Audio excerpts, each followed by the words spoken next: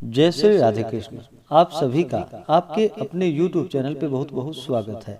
आइए आज आप सब सुनेंगे कार्तिक मास महात्म्य कथा में दूसरे अध्याय की कथा। अगर आपने पिछले अध्याय कथा को नहीं सुना हो तो हमारे चैनल पे वीडियो अपलोड है, आप वहां से जा करके कथा को श्रवण कर सकते हैं। हिंदू धर्म में कार्तिक के महीने का बड़ा ही विशेष महत्व माना गया है। कार्तिक महीने में गंगा स्नान करना, दान पुण्यों का कार्य करना, तुलसी वृक्ष का पूजन करना, तुलसी सिंचन करना, इन सबों का बड़ा ही विशेष महत्व माना गया है तथा कार्तिक के महीने में भगवान विष्णु की पूजा करने से अनंत फलों की प्राप्ति होती है। तो आइए सुनते हैं कार्तिक मास महात्म्य कथा में दूसरे अध्याय की कथा। तो बोलिए प्रेम से भगवान विष्णु की जय, माता लक्ष्मी की जय, भगवान श्री कृष्ण की जय, सर्व देवी देवता की जय। भगवान श्री कृष्ण चंद्र जी बोले कि हे प्रिय, उधर गुणवती ने अपने पिता तथा पति का राक्षस द्वारा मरण सुना तो वह बहुत दुखी होकर विलाप करने लगी। वह बोली कि हाँ प्राणनाथ, हाँ पिता, तुम हमको त्याग कर कहाँ चले गए। अब मैं आप लोगों के बिना असहायनी हो गई हूँ। हाँ, मैं क्या करूँ। अब भोजन वस्त्र आदिकों से कौन मेरा पालन पोषण करेगा। कोई कार्य भी करने का सहूर मुझे नहीं है। अब कौन स्नेह से मुझ विधवा का पालन करेगा। मैं कहाँ जाऊँ, कहाँ रहूं और क्या करूं। हाँ, मैं ऐसी घृणित हो गई कि मेरे पर दैव का कोप हुआ है। अब मैं किस तरह जीऊंगी। मैं बड़ी पापिनी हूँ। श्री कृष्ण चंद्र जी कहते हैं कि कुर्रे पक्षी की भांति रोती हुई गुणवती व्याकुल होकर वायु से झकझोरे हुए केले के वृक्ष की भांति पृथ्वी पर गिर गई।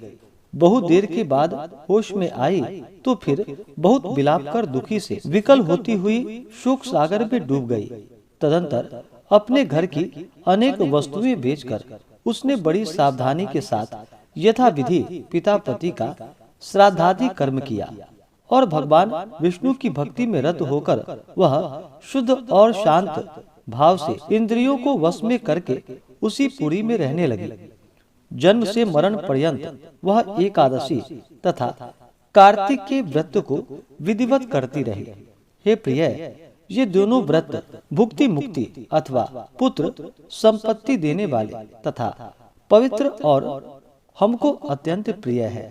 जो मनुष्य तुला की संक्रांति पर सूर्य के आने पर कार्तिक मास में सवेरे के समय स्नान करते हैं, वे बड़े से बड़े पापी हों तो भी मुक्त होकर पूज्य माने जाते हैं। जो लोग कार्तिक में स्नान, जागरण, दीपदान तथा तुलसी वृक्ष की रक्षा करते हैं, वे विष्णु के समान पूज्य माने जाते हैं। जो प्राणी कार्तिक में विष्णु भगवान के मंदिर की सफाई और भगवान की पूजा करते हैं, वे प्राणी जीवन मुक्त हो जाते हैं। जो प्राणी कार्तिक में 3 दिन भी नियम पालन करते हैं, वे देवताओं के भी पूज्य माने जाते हैं। तब भला जिन्होंने जन्म भर नियम किया है उनका क्या कहना।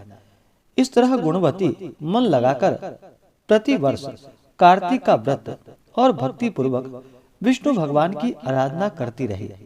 एक समय की बात है, गुणवती रोग के कारण दुबली और ज्वर से पीड़ित थी। इस दशा में भी धीरे धीरे गंगा स्नान को गई। वह जल में स्नान करने को उतरी तो ठंडक से कांपने लगी। उस विह्वल अवस्था में भी उसने गगन मंडल से आते हुए एक विमान को देखा। उस पर शंख, चक्र, गदा और पद्म आदि विविध आयुधों से युक्त तथा विष्णु रूप धारण करने वाले विष्णु के पार्षद विद्यमान थे। गरुड़ की ध्वजा से युक्त और अप्सरा गणों से सुशोभित उस विमान पर गुणवती को चढ़ाकर चबर डुलाते हुए विष्णु गण उसे वैकुंठ ले गए। उस विमान में बैठी हुई वह प्रदीप्त अग्नि के समान लगती थी। इस प्रकार वह कार्तिक व्रत के प्रभाव से मेरे निकट आ गई। बहुत समय बाद जब ब्रह्मादि देवताओं की प्रार्थना से मैं इस लोक में आया, तब मेरे साथ मेरे गण भी आए। हे भामिनी, ये सभी यादव मेरे गण हैं। देव शर्मा विप्र, जो उस जन्म में तुम्हारा पिता था, वह इस जन्म में सत्राजीत यादव हुआ और उस जन्म के तुम्हारे पति चंद्र शर्मा अक्रूर हुए हैं। तू वही दुखित गुणवती है। उस जन्म के कार्तिक व्रत के पुण्य से ही मुझे तुम अत्यंत प्यारी हुई हो। उस समय मेरे मंदिर के द्वार पर जो तुमने तुलसी का बगीचा लगाया था, उसी के पुण्य से आज तुम्हारे घर कल्प वृक्ष सुशोभित है। तुमने जो पूर्व जन्म में कार्तिक मास में दीप दान किया था, उसी पुण्य से इस समय देह में शोभा है और तुम्हारे घर में लक्ष्मी का वास है। उस समय तुमने जो व्रतादिक पति स्वरूप भगवान को अर्पण की थी, उसी के फल से इस जन्म में तुम मेरी भार्या हो। जन्म से लेकर मरण पर्यंत जो तुमने कार्तिक का व्रत किया था, इसी से कभी भी हमारा तुम्हारा वियोग नहीं होगा।